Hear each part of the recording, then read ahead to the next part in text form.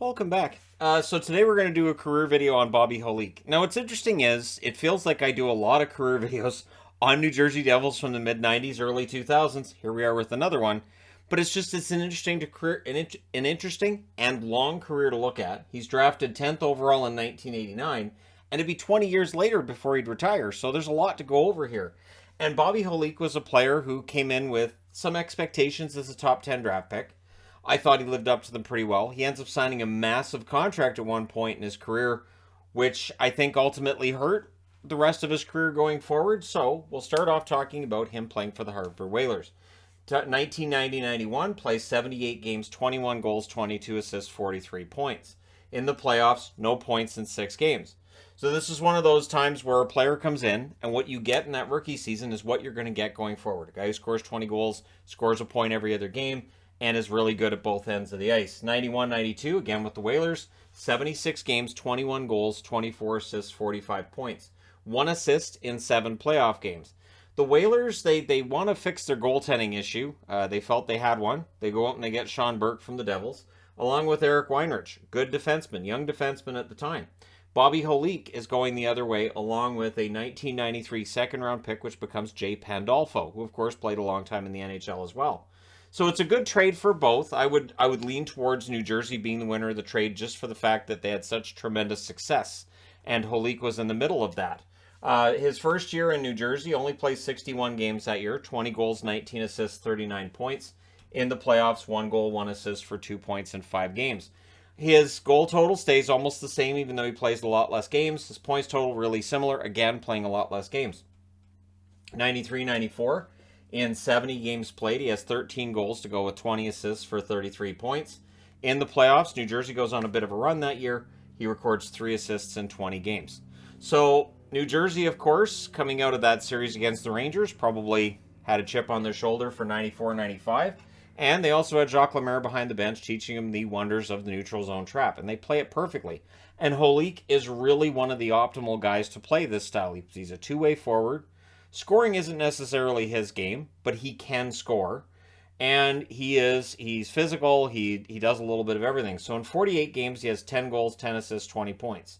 But what's important is, in 20 playoff games, he has 4 goals, 4 assists for 8 points, and they win a Stanley Cup. So first cup ring for Bobby Holik. 95-96 is a year that New Jersey has its struggles. In 63 games, he has 13 goals, 17 assists, 30 points. No playoff games that year to talk about. So 96-97, he plays all 82 games, 23 goals, 39 assists, 62 points. Remarkable step forward offensively.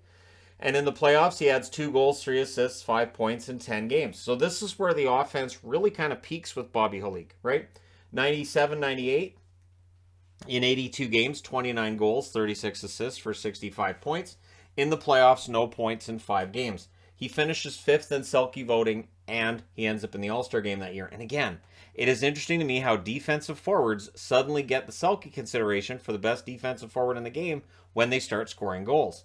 98-99, he goes to the All-Star game again in 78 games. He has 27 goals, 37 assists, 64 points. Remarkable season for him, right? So that's 3 20-goal seasons in a row. In the playoffs, he had 7 assists in 7 games. 99-2000, 79 games, 23 goals. So again, his scoring is very remarkably consistent. Only 23 assists, which is a drop-off from years prior. 46 points. Doesn't matter. In the playoffs, he adds 3 goals, 7 assists for 10 points in 23 games. And the Devils win their 2nd Stanley Cup. And Holik's on the team that wins it. So 2000-2001, a bit of a drop-off goal-scoring-wise. 80 games, 15 goals. But he also gets 35 assists to get him to 50 points. So that's actually an improvement over the year before. In 25 playoff games, he records 6 goals, 10 assists, 16 points. As the Devils very nearly repeat, but don't quite as Stanley Cup champions, he was 9th in Selke voting that year.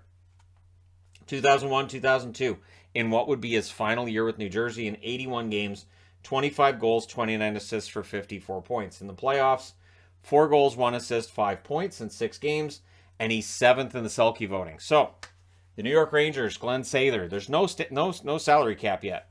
So the Rangers throw money around. It's what they do. The New York Rangers, very well known for how much would you like? Here's a blank check, right? Whatever you want. So July 1st, he signs as a free agent with the New York Rangers. Not a team that gets along really well with the New Jersey Devils at the best of times, right?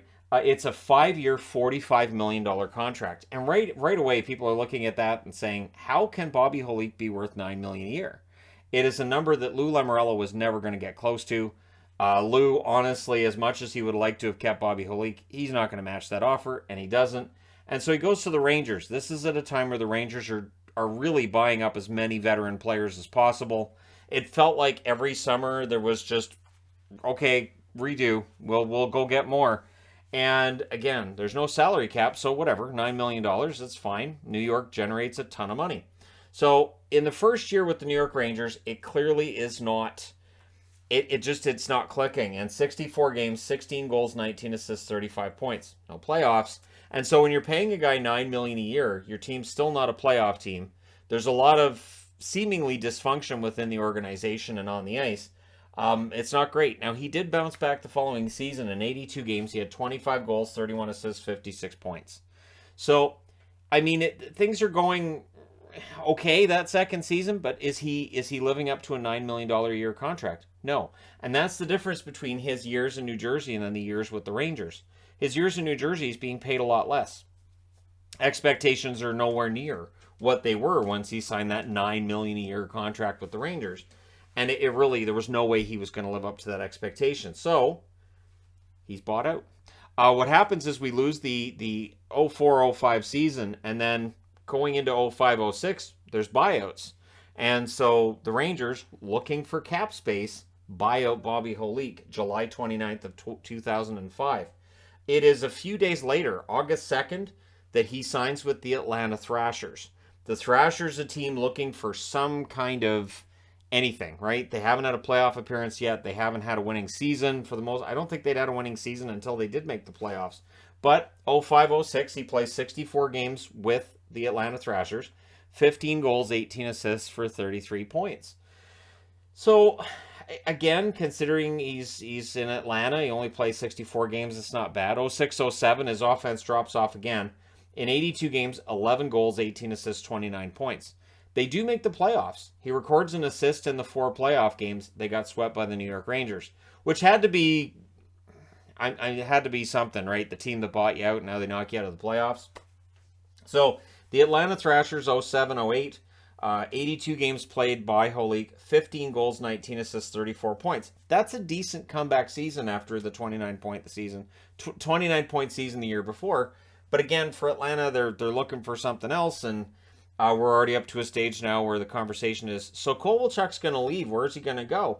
And 08-09, Holik ends up going to the New Jersey Devils, which I guess Kovalchuk thought, I could go to the Devils. But anyways, July 1st of 2008, he signs back with the New Jersey Devils, the team that he had the most success with, right? In 62 games in 08-09, he has 4 goals, 5 assists, 9 points, and what would be his final season. In 3 playoff games, he adds a single assist. So Bobby Holik played a very long time in the NHL, 1,314 games, which is 60th on the all-time list, 326 goals, 421 assists for 747 points. And again, you know, that contract really, it felt like it hurt his career as much as it hurt the Rangers signing it. And then 141 games in the playoffs, 20 goals, 39 assists, 59 points. He was a good playoff performer. He was a good shutdown forward, a good two-way center. I have no problem putting him in the THG Hall of Fame. Doesn't necessarily do anything for him, but I'll go ahead and throw him in the THG Hall of Fame because he did play a very long time. He did work very hard. And then that contract with the Rangers, it just became an albatross, and it became partly what he's known for now. I think most people will remember him as a very good defensive forward, two-way forward, who again 3 times in his career was top 10 in Selke voting.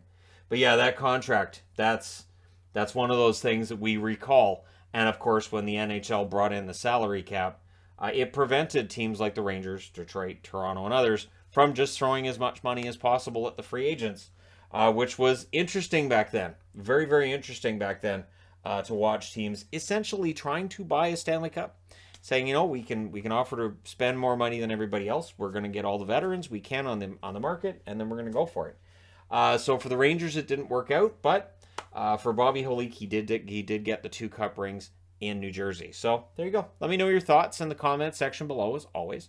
Don't forget to hit like and subscribe. If you're browsing your way through, you just happened upon this video. Thank you guys so much for watching, for all your support. I will talk to you again soon.